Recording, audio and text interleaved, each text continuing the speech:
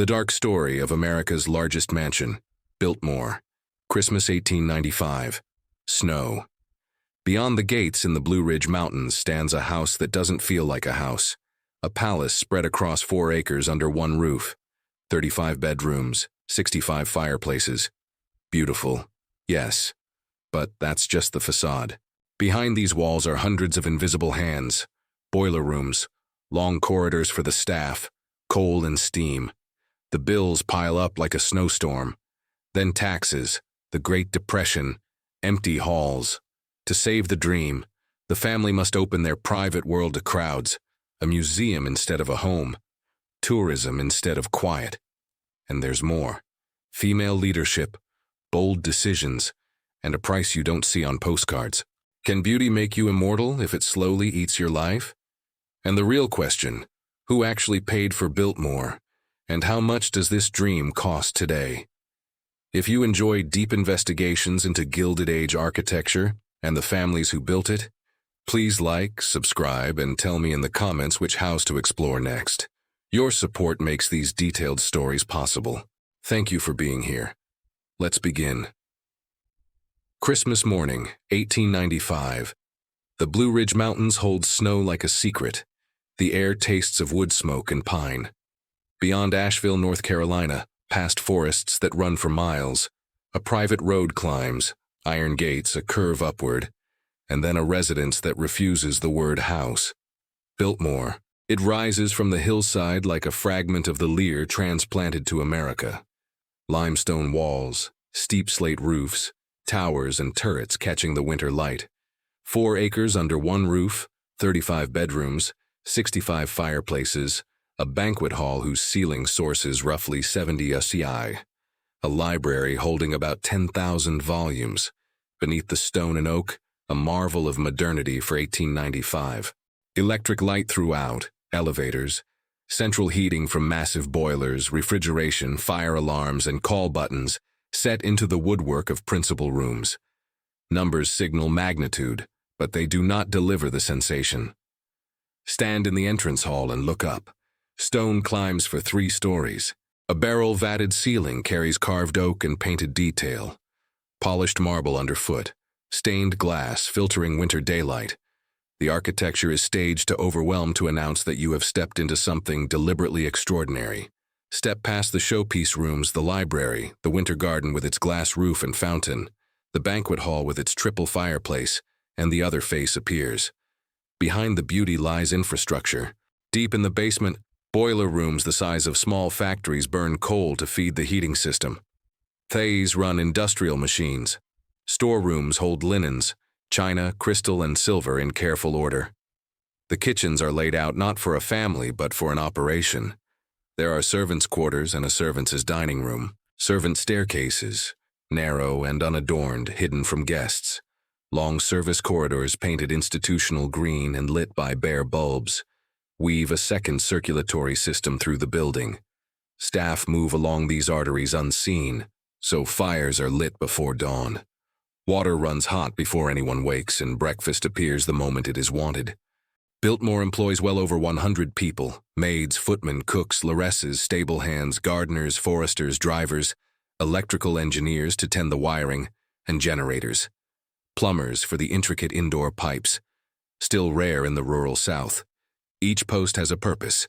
Remove one and the mechanism falters. The cost of keeping Biltmore alive is heavy. Coal comes in by the ton. Provisions are purchased in bulk or produced on the estate. Wages go out every week. Maintenance never stops. A structure of this size always asks for attention. Leaking slates, hairline cracks in plaster, a pipe that gives way in a cold snap. The heating plant alone demands daily checks and seasonal overhauls. Christmas of 1895 is a triumph. Music rings in the winter garden. Garlands and candles dress the public rooms. Guests arrive by train, then ride by carriage along the winding approach. After dusk, the building glows with electric light, a beacon against the mountains. For a handful of days, the dream feels whole. Under the celebration, a quiet pressure gathers. The house is magnificent, and it is also a machine that eats resources at a pace difficult to sustain. The beauty is real, The cost is real. Together, they will govern every choice that follows. An unspoken question, present that morning and sharper with each passing year, begins to form. How long can this last? To understand what comes next, you have to understand who made this place and why. Let's go back to the beginning. The man who conceived Biltmore was not what you might expect. George Washington Vanderbilt II was born in 1862 into America's wealthiest family. His grandfather, Cornelius Vanderbilt, the Commodore, built a transportation empire of steamships and then railroads. The fortune was staggering. By the time George received his share, the Vanderbilt name signified power, influence, and money on a scale few American families had ever approached. But George was different from his brothers. While older siblings raised palaces in Newport and New York, hosted glittering parties, and chased society's approval, George disappeared into books. He was shy, soft-spoken, uneasy in crowds. He reportedly spoke 8 languages.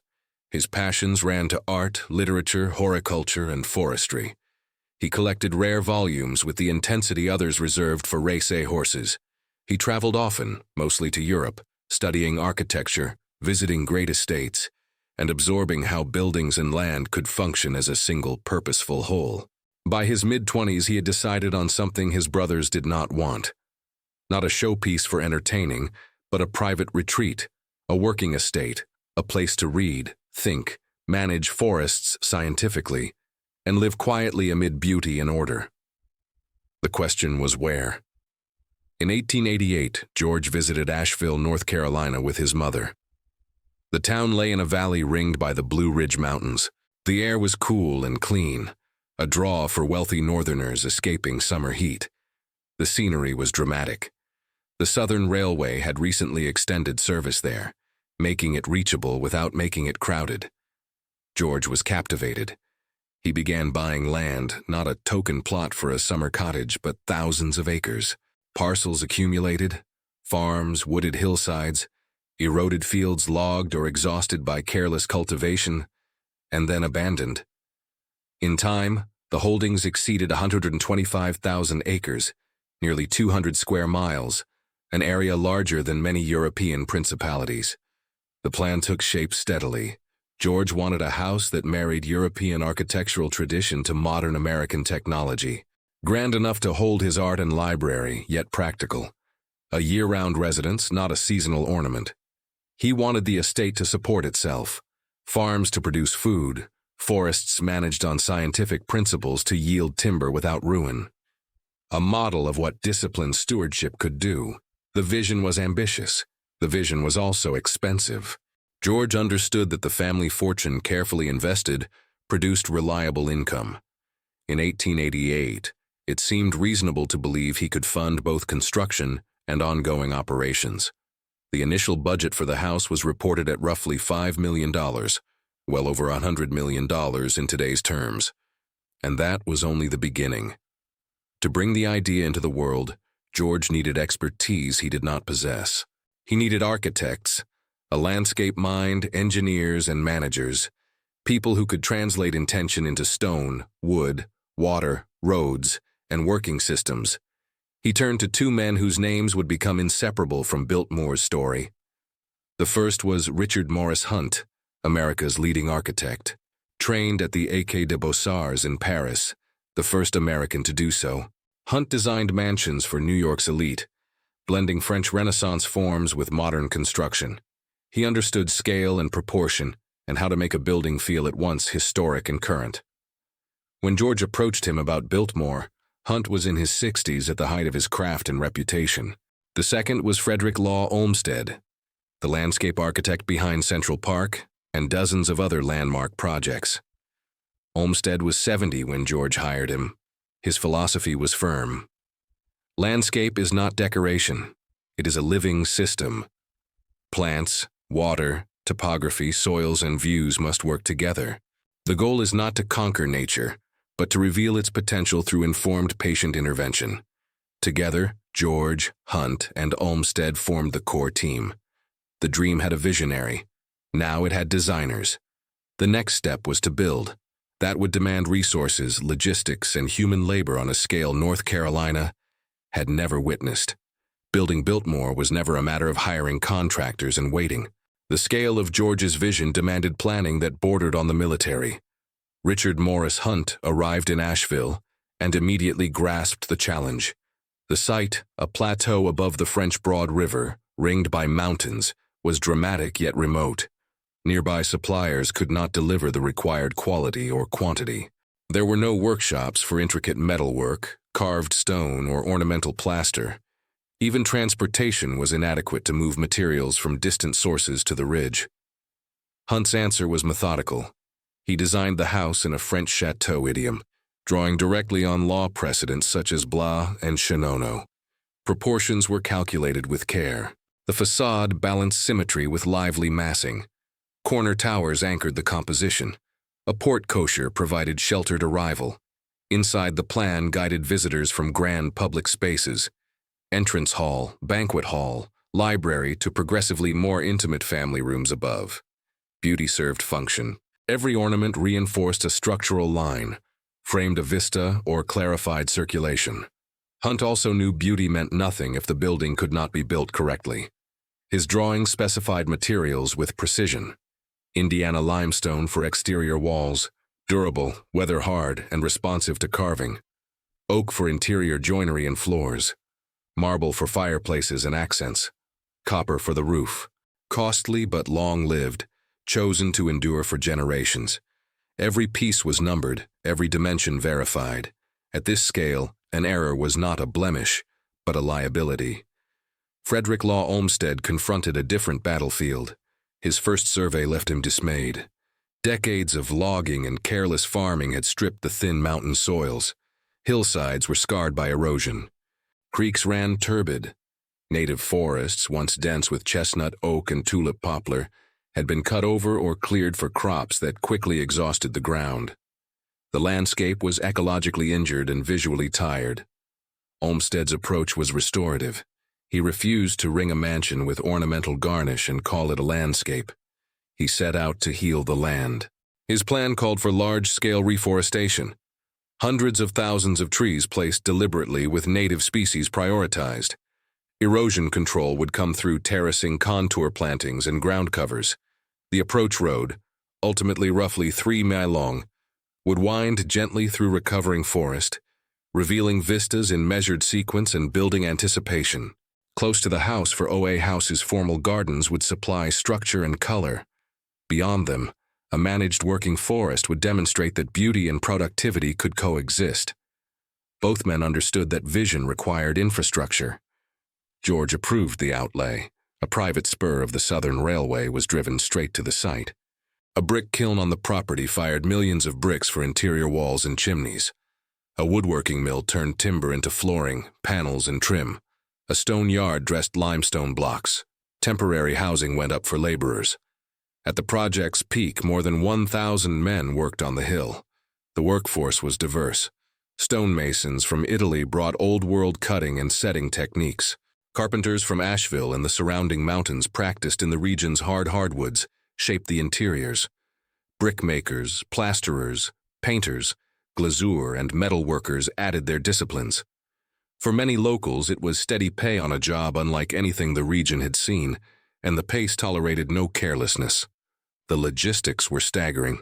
Limestone blocks weighing hundreds of pounds traveled from Indiana by rail, then moved by wagon from the spur to the plateau. Oak beams, some more than 40 ft long, had to be hauled up mountain roads. Copper sheets for the roof arrived in carefully created bundles. Every nail, pane of glass, and light fixture was ordered, shipped, inventoried, and installed to Hunt's exact specifications. Hunt and Olmsted worked closely while operating on different clocks. Hunt's house would require about 5 years to raise. Olmsted's forest would take decades to mature. Both men knew they were making something meant to outlast them. A question neither voiced publicly, but both understood lingered. Could even Vanderbilt wealth sustain ambition at this scale indefinitely? Construction began in 1890. The house would open for Christmas of 1895. What unfolded across those 5 years was equal parts artistry and endurance. The work began with earth and stone. Before Hunt's chateau could rise, The ground had to be made ready. The chosen plateau stood high above the river valley, but its surface was irregular. Crews cut foundations deep into the mountain soil. The basement level would carry the estate's organs, boilers, coal bins, storerooms, so the excavation was extensive. Tons of earth moved by hand, by mule-drawn cart, by sweat. Then came the stone. Limestone reached the spur by rail from the Indiana quarries, every block numbered and tagged to Hunt's drawings. These were not uniform rectangles. Many arrived pre-carved. Arched surrounds, ornamental brackets, rosettes. Stonemasons set each piece methodically, course by course, following the plans. Mortar was mixed on site. In fair weather, the walls climbed a few courses a week. Rain and mountain cold slowed the lift. Precision was the rule. Hunt required tight joints and true lines. The Italian masons worked with techniques honed over generations. Cutting to carry load, bedding vuso so an arch locked itself, carving profiles that would weather with grace. Speed was never the point. The mandate was centuries. As the exterior rose, other crews threaded the interior with systems. Biltmore would have electricity, still a luxury in 1890. Wiring had to be pulled before plaster. Standards were young and inconsistent, so engineers designed a bespoke system with a generator in a separate building to cut fire risk. Major rooms received electric light. Bedrooms got call buttons. The technology was modern. Installing it inside a structure dressed like the Middle Ages was an intricate puzzle. Heating was equally demanding. Central heat, rare in any residence and almost unheard of at this size, meant massive boilers in the basement circulating hot water through miles of pipe to radiators in every room. Insulation, pressure regulation, and constant tending were essential.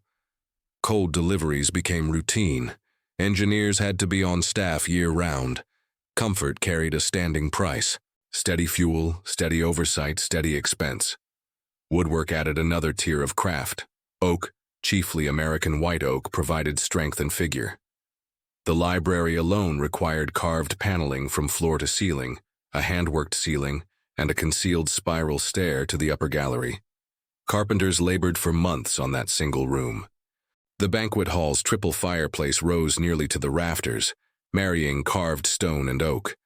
Bedrooms received custom joinery. Bathrooms, several dozen in all, took tile underfoot and on walls, porcelain fixtures and hot and cold running water. The human cost is hard to tally. The labor was punishing, stone dust burned lungs, heights were unforgiving. Winters bit hard, and work slowed but rarely stopped. Men put in 6 days a week, 10-hour days. Some slept in temporary housing on the estate. Others walked miles from Asheville each morning. Payroll ledgers in the Biltmore archives recorded hundreds of names. Stonemasons earned more than common laborers. Skill commanded a premium. Carpenters and plasterers drew day rates. Women staffed the estate kitchen's Andes, feeding crews and washing their clothes. For 5 years, this was a temporary town held together by Vanderbilt money. And then, when the house was ready, it thinned and scattered. By 1894, the shell was tight. The roof, copper sheets carefully seamed, was on, destined to weather into that blue-green bloom. Inside, plasterers closed walls. Painters laid down coat after coat on trim and ceilings. Electricians tested circuits. Plumbers pressure-tested lines. Tile setters moved from bath to bath. Furniture was ordered from shops and makers. Art was purchased or brought from George's collection. Books came out of crates and onto shelves. Christmas of 1895 was the date. The house had to receive guests. It did. And even as the last fixtures went in, another part of George's vision was only beginning. The part designed to outlast the house itself. The forest needed attention. The house was finished. The forest was broken. That first Christmas, George stood in his library, surrounded by roughly 10,000 volumes, and looked out on land that unsettled him. Close in, Olmsted's work was thriving. The approach road curled through carefully restored woodland. The formal garden supplied structure and color. But beyond that cultivated ring, the wider estate told a harder story of decades of damage. The mountains had been cut carelessly. Lumber companies took the best trunks and left slashed to rot or burn. Farmers cleared steep slopes for corn and tobacco. Crops that drained the soil within a few seasons, then abandoned fields when yields collapsed. Erosion tore gullies down the hillsides. After every storm, the streams ran brown with silt. The native forest, once rich with American chestnut, a cornerstone species for wildlife and valuable timber, was fragmented and in decline. George wanted more than a handsome view. He wanted a living, productive forest, proof that science could restore abused land while generating steady income. Properly managed timber could help offset the estate's operating costs. To do that, he needed a new kind of expertise. He needed a forester. There was a problem. In America, forestry as a profession barely existed. Europe, especially Germany, had practiced scientific forest management for generations with schools, trained specialists, and tested methods. America had loggers and timber barons. The difference was fundamental. Logging extracted and moved on. Forestry managed for the long term. George consulted Olmsted, who recommended a young American just back from European study, G. Ford Pennow. Pinchot was 26 when George hired him in 1892, even before the house was complete, and he was eager to put European methods to work on American ground. Pinchot surveyed the estate and saw both a mess and a gift. The mess was the condition of the land. The gift was the sheer scale.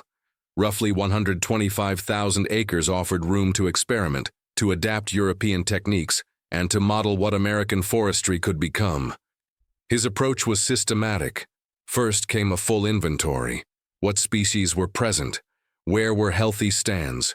Where was natural regeneration taking hold? Which areas were most degraded? The survey took months. Crews walked tract after tract, marking trees and logging measurements. And then came management choices. Pinchot introduced selective cutting. Instead of wiping entire hillsides, crews would harvest mature trees ready for the saw, leaving younger growth to climb into the canopy. That kept forest cover, reduced erosion, and protected future yields. He laid out fire breaks to keep wildfires from racing unchecked. In the worst areas, he launched reforestation, planting thousands of seedlings, white pine, yellow poplar, and oak, chosen for local fitness and commercial value. This was practical work, not decoration. Pinchot hired local men to plant, thin, and conduct controlled burns that cleared ladder fuels and lowered fire risk. He cut roads and trails to reach remote compartments. He tested techniques and kept records. The Biltmore woods became a living laboratory. Pinchot did not stay long. By 1895, he accepted a federal post and would eventually become the first chief of the United States Forest Service. Biltmore had been a proving ground. Practices refined here would shape national policy for decades. George replaced him with Karl Schenk, a German-trained forester with both classroom rigor and field experience. Schenk continued the program and pushed it further. In 1898, he founded the Biltmore Forest School.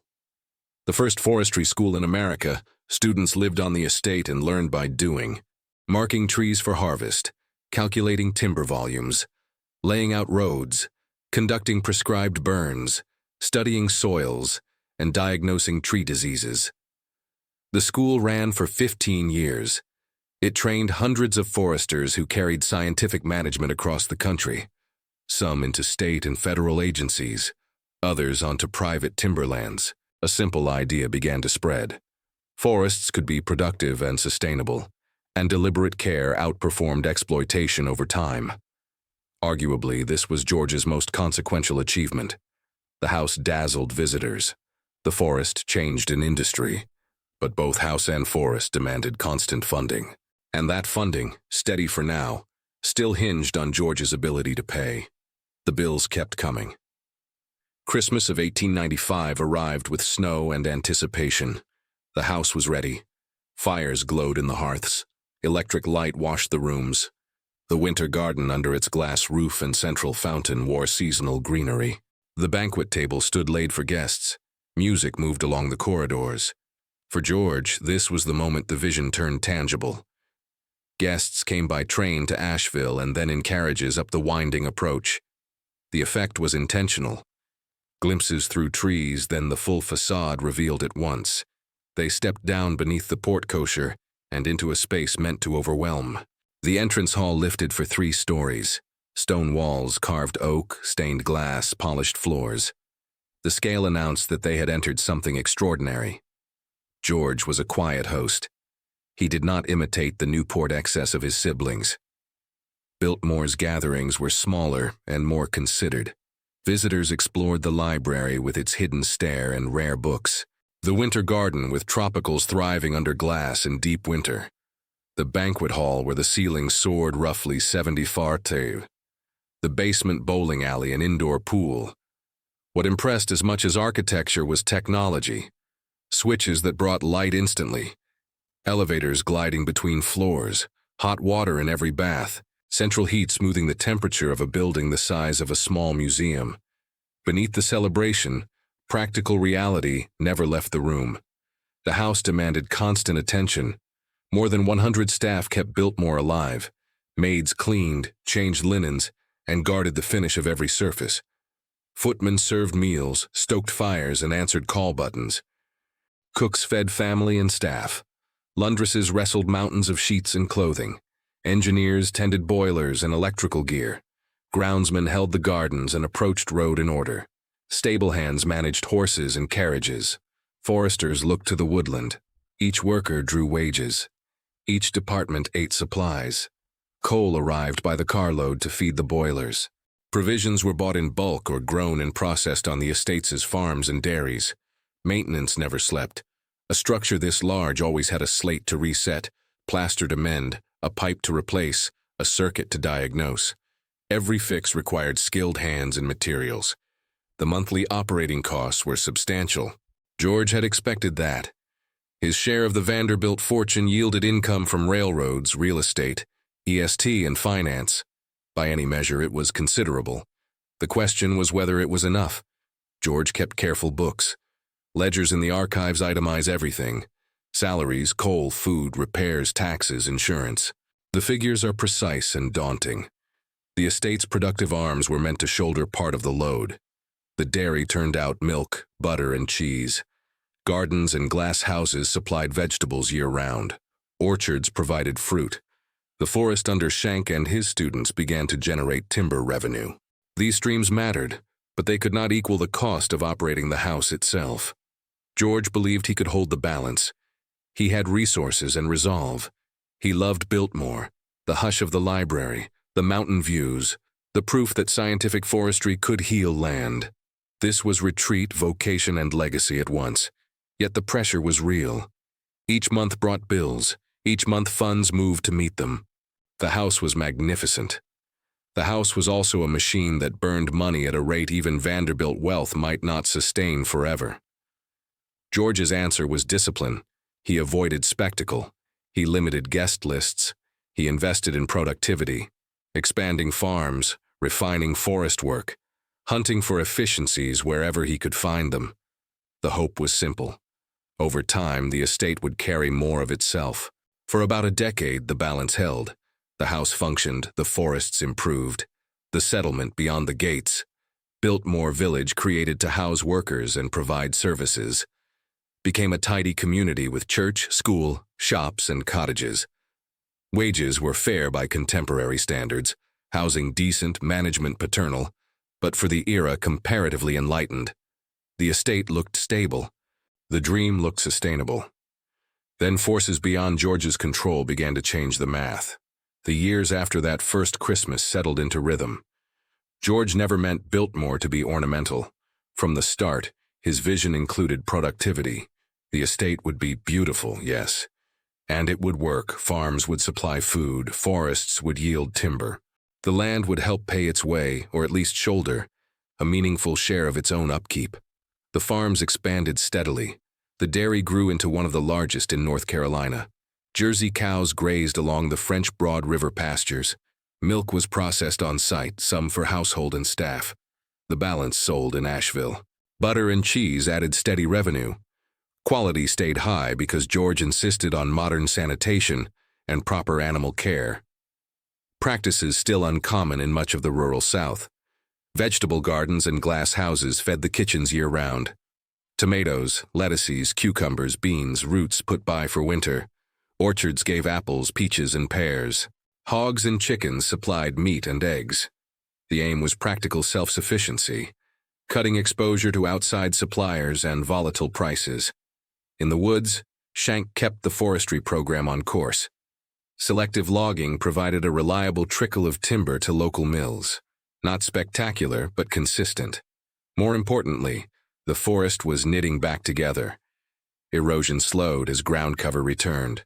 Wildlife crept back. Reforestation plots from the 1890s matured into sound young stands. Biltmore Village, the community George built beside the gate, became a small model of planned development.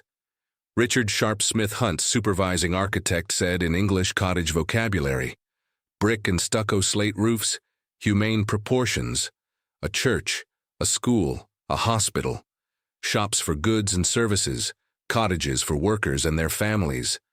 George's labor policy was paternalistic, yet comparatively progressive for its time. Wages arrived. Reliably, housing was kept in good repair.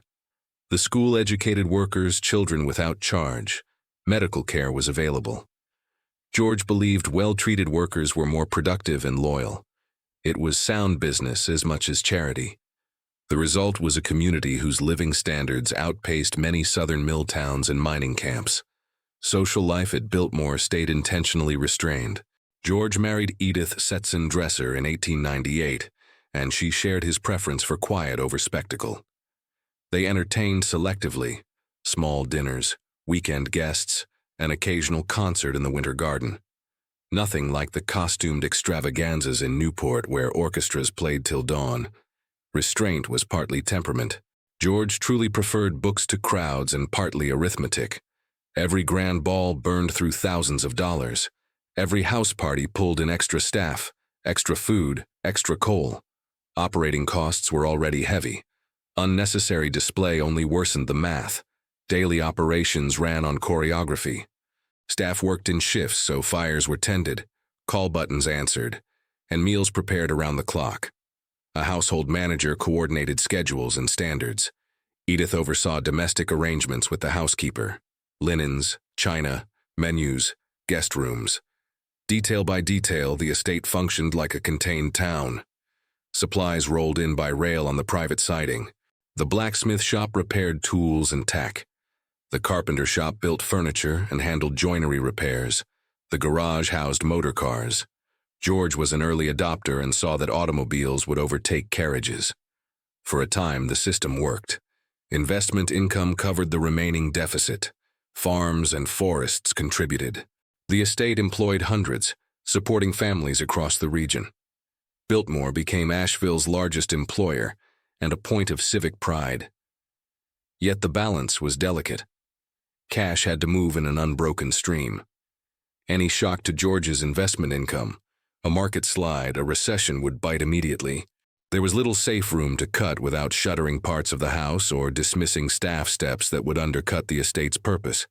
George managed with care, watching expenses, chasing efficiencies, refusing waste. He hoped the estate's productive capacity would keep growing as costs steadied. He did not foresee two oncoming shocks, one fiscal, one personal, that would bend Biltmore's trajectory. The first came from Washington. By 1910, Biltmore had reached a kind of equilibrium. The house had been running for 15 years. Systems were settled. Staff knew their roles. Farms were productive. Forests under scientific management produced steady timber income, while visibly recovering from decades of abuse.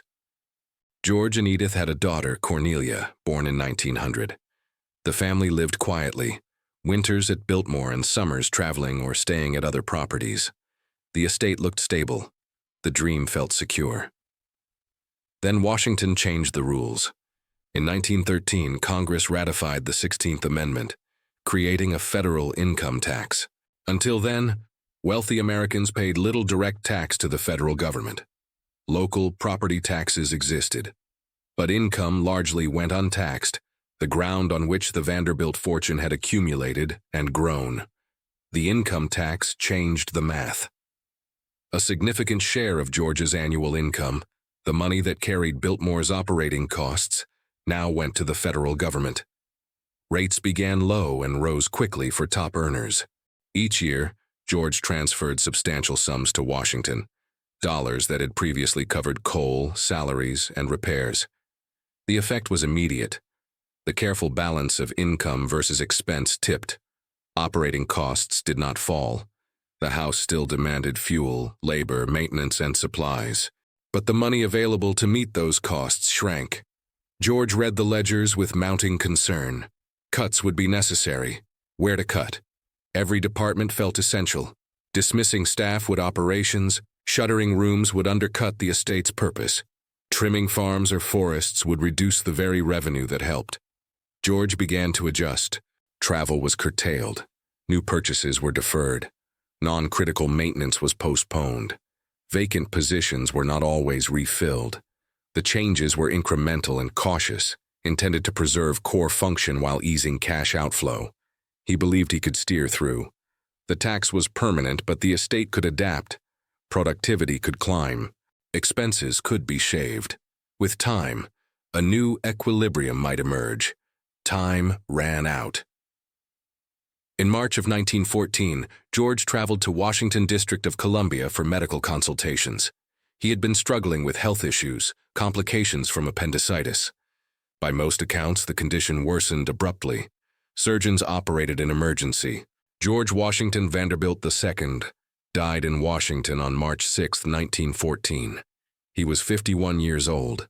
The news reached Biltmore by telegram. Staff, village, and region felt the shock. George had been a quiet presence, yet his vision shaped everything. The house, the forestry program, jobs, and civic support. His death opened a void. For Edith, the loss was intimate and operational.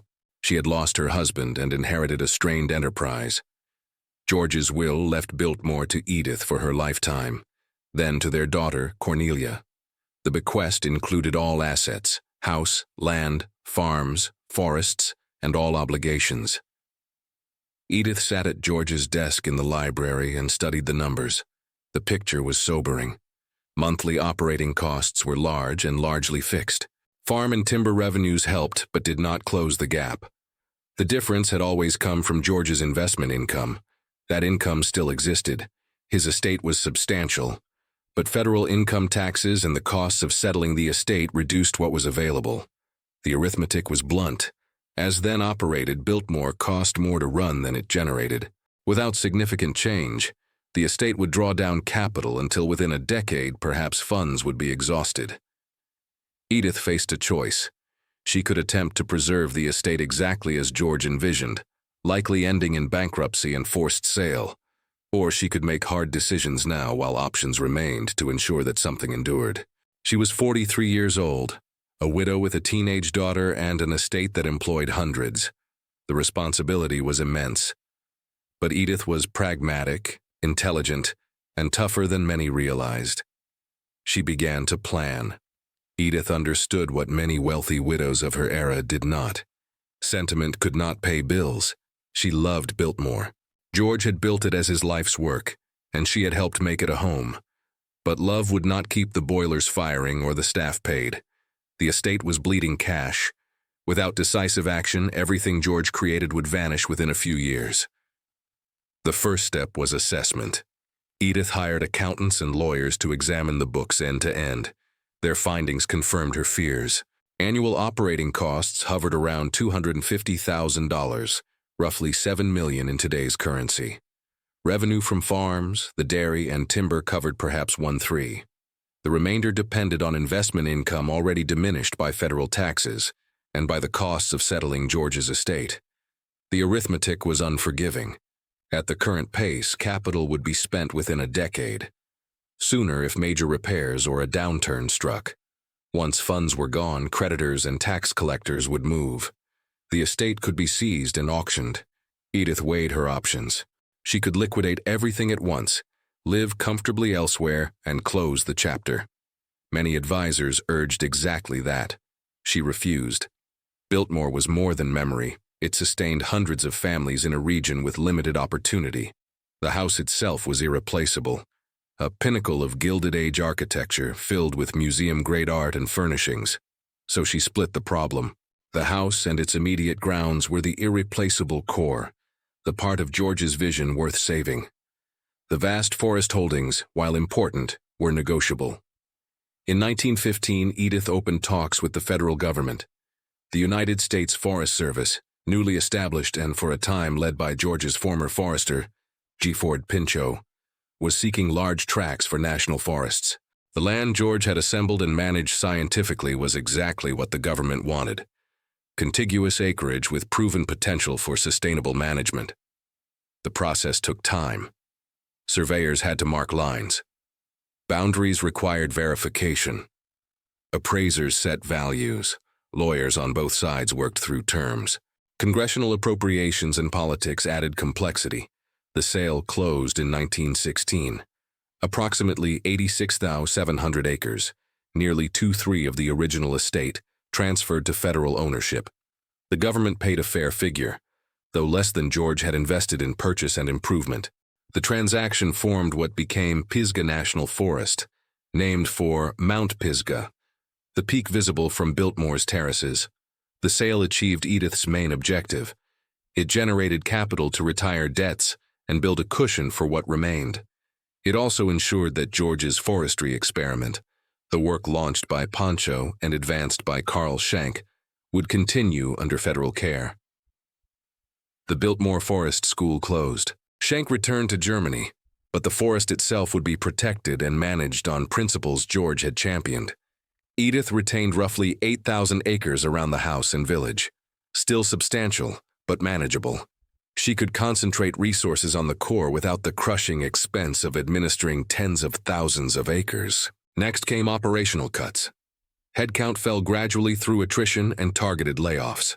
Edith tried to soften the blow: severance where possible, letters of reference, help finding work.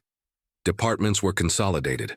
Household staff shrank from more than 100 to roughly 60, still large but sustainable. Maintenance was triaged. Essential systems, heat, electricity, plumbing went to the front of the line. Cosmetic work waited. Unused wings were closed.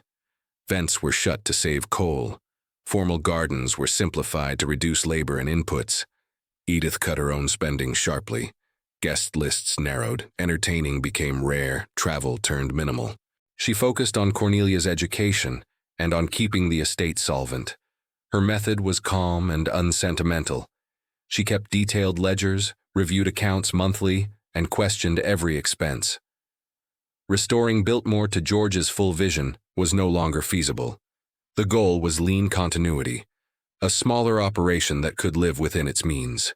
Through the 1920s, the strategy held. The estate stabilized, bills were paid, staff received wages, the house was maintained, if not lavishly. Cornelia grew up, married, and began a family. Then came 1929. The stock market fell, the Great Depression began, and Edith faced her next crisis. The crash arrived in October of 1929. Stock values collapsed, banks failed, businesses shuttered, unemployment soared. An economy that had felt prosperous and steady through the 1920s revealed its fragility. Fortunes evaporated. Even well-diversified families watched their assets shrink. Biltmore was not immune. The investments that underwrote the estate's operating income lost value. Dividends thinned or stopped.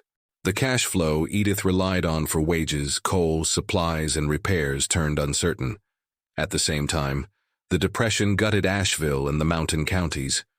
Tourism growing through the motor-age 20s, as Americans took automobile trips into the Blue Ridge, vanished almost overnight. Vacations were a luxury no one could afford.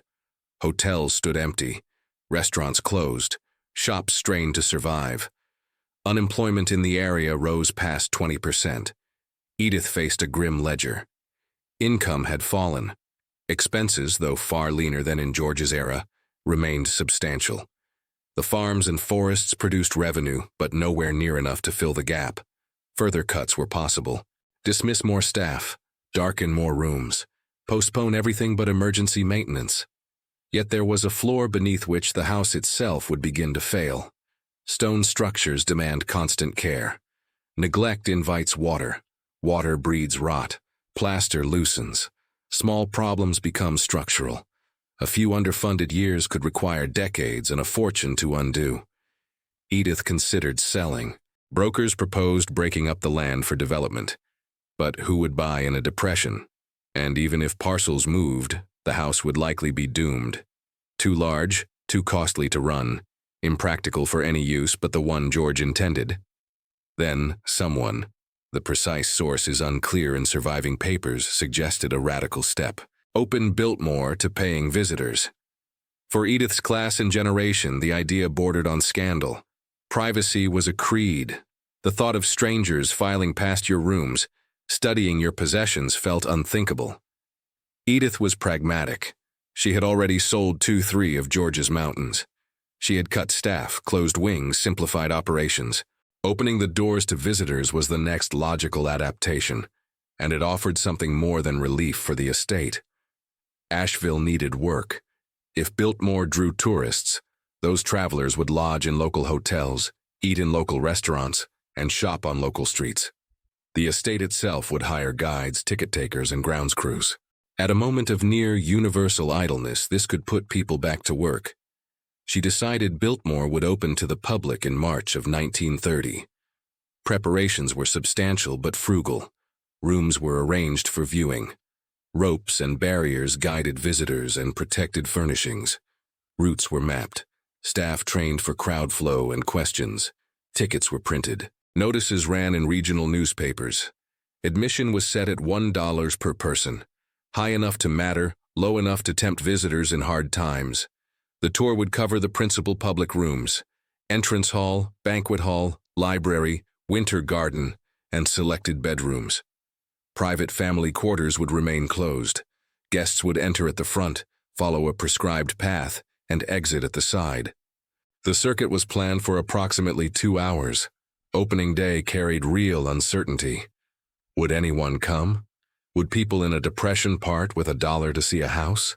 Would Americans find the experience inspiring or voyeuristic? Attendance exceeded expectations. Visitors came from Asheville and outlying towns. Some arrived on foot, others by car, a few by wagon. They paid their $1 and stepped into the house George had raised and Edith had fought to keep. They entered the hall and looked up at stone climbing 3 stories. They stood in the banquet room beneath the triple fireplace and the ceiling that soared roughly 70 feet. They lingered in the library among thousands of books. They studied paintings, tapestries, furniture, and carved details. Some came from curiosity. Some because they had worked on the estate or knew those who had. Some came for hope, to be reminded amid collapse that beauty and craft could still exist. The revenue was modest but meaningful. More important, the model worked. Biltmore had found a new purpose. Not a private home, a museum. The 1930s passed slowly at Biltmore. Tourism brought revenue, not abundance. Visitor numbers rose and fell with the economy. In the worst Depression years, attendance was thin. As the late 30s improved, more people came. The estate stabilized without prospering. Edith balanced maintenance against ticket income, aware that a single bad season could trigger a crisis. Then came December of 1941. Pearl Harbor. The United States entered the Second World War. Tourism halted almost at once. Gasoline was rationed, rubber was scarce. Civilian automobile travel became difficult, then nearly impossible for leisure. Young men left for service. Families focused on getting by, not going away. The visitors who had carried Biltmore through the Depression vanished. Edith faced another financial cliff. This time an unexpected option appeared. The National Gallery of Art in Washington District of Columbia had a problem. Its collection, paintings, sculpture, and historic documents of immense cultural and monetary value, needed protection. With the nation at war and fears of bombing or sabotage in the capital, the gallery sought a secure site far from Washington to house its most important works. The requirements were exacting. The location needed to be inland, away from coastal threats. It required controllable climate, stable temperature, and humidity for fragile art. It needed security, isolation, and restricted access. And it needed space, large rooms to hold hundreds of crated pieces. Biltmore met every condition. The house sat in the mountains, far from ports and primary targets. Rooms were vast, with high ceilings. The structure was stone and largely fireproof. Mountain air was cool. George's heating system, installed half a century earlier, could regulate interior climate. The estate was private, gated, and reachable by limited roads that were easy to monitor. Negotiations proceeded quietly. In 1942, the first shipments arrived. Trucks rolled in at night bearing wooden crates stenciled only with numbers. Guards accompanied them. Crates entered through service doors and were carried to secure rooms. Chiefly the first floor music room and several large upstairs bedrooms with minimal windows, stable temperatures, and ample floor area for safe stacking. The contents were extraordinary, though few at Biltmore knew specifics. The crates reportedly held works by Rembrandt, Raphael, Vermeer, and Gilbert Stuart, including Stuart's iconic portrait of George Washington, the image on the $1 bill. Paintings worth, in the aggregate, millions of dollars, sat in darkened rooms while war burned overseas. Security was discreet. Armed guards patrolled, dressed in civilian clothes to avoid attention. Staff understood that something important was stored, and were told not to discuss it. Edith herself rarely entered the storage rooms. Representatives from the gallery visited periodically to verify temperature and humidity and to inspect conditions. The arrangement continued through 1942, 1943, and into 1944. A house built for beauty and entertaining now served as a vault. The Winter Garden fountain still whispered. Lights still glowed in the library. But the halls were quieter than they had been in decades. Few visitors, minimal activity, guards on rounds, and crates holding a portion of America's artistic inheritance. For Edith, the arrangement carried several benefits. The government paid rent, not a fortune, but reliable income while tourism had ceased. Federal guards effectively secured the entire estate at no cost to her. Most of all, the partnership affirmed Biltmore's significance. The house was not merely a relic of Gilded Age excess. It was a national resource trusted to protect culture in crisis. The war in Europe ended in May of 1945. The war in the Pacific ended in August. As peace returned, the National Gallery began retrieval. Crates were loaded, trucks departed for Washington, and the rooms at Biltmore were emptied, cleaned, and restored to their former uses. The art survived the war unscathed. Biltmore proved its worth not only as home or attraction, but as guardian of beauty in darkness. The house had found another purpose: protector. And in that role, Edith recognized something essential. Biltmore could serve. If it could serve, it had value beyond George's original vision. If it had value, it deserved to endure. The question became how to secure that endurance permanently. The post-war years brought new pressures and new thinking. Edith guided Biltmore through the 1940s and 1950s, building tourism as automobile travel resumed, and the middle class grew. But she was aging. Born in 1873, she was in her 70s by the early 1950s. The question of Biltmore's long future could no longer be deferred. Her daughter Cornelia had married and divorced and spent long stretches away from the estate. The next line, Cornelius's sons, George and William Seal, would inherit responsibility, and with it the decision of what Biltmore should become. There was no obvious path. The house was vast, costly, and increasingly complex to maintain. Tourism, the model Edith had pioneered, generated revenue, but not the kind needed for large-scale capital work. The estate existed in a precarious balance, solvent yet brittle, one major failure away from crisis. In 1963, Biltmore was designated a National Historic Landmark, a formal recognition of its architectural and historical weight. Prestige came with obligation. This place could not be allowed to slide into gentle ruin. Its preservation mattered beyond the family. William Seal, taking primary charge, understood that survival required professionalization. Biltmore could not function as a private home occasionally open to callers. It had to operate as a business, a cultural site with professional management, strategic planning, and stable diversified income. Change arrived deliberately through the 1960s and 1970s. Tourism was expanded and refined. Visitor facilities improved. Marketing grew more sophisticated. The estate began hosting events, weddings, conferences, seasonal festivals, carefully selected to align with the site's character. The winery, launched in 1985, added both a revenue stream and a reason to visit. Farm production continued, now with goods sold directly to guests. Expansion demanded restraint. More visitors meant more wear. Everybody adds moisture, tracks grit, and touches surfaces. The task was to maximize income while minimizing harm. Preservation became systematic and continuous. Sections of the copper roof, now more than a century old, required repair or replacement. Limestone needed cleaning and conservation where pollution and weather softened carved detail. Interior oak needed refinishing. Plaster demanded steady patching. Electrical and plumbing systems dating to the 1890s had to be modernized discreetly, retaining historic character while meeting safety and reliability standards. The work was painstaking and expensive. Specialized craftspeople, stone carvers, plasterers, metal workers, conservators, had to be recruited or trained. Materials were matched to originals. Every project began with research, moved through planning, and ended under tight quality control. Preservation was not a campaign with an end date. It was a permanent responsibility. Modern technology was threaded in lightly. Climate control improved to protect furnishings and art while reducing energy use. Fire suppression was upgraded. Security added unobtrusive cameras and alarms.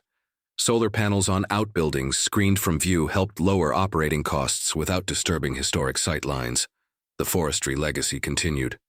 Remaining woodlands were managed sustainably, balancing timber income with ecological health. Reforestation and habitat work persisted. The principles established by G. Ford Pinchot and Carl Schenck proved durable a century on.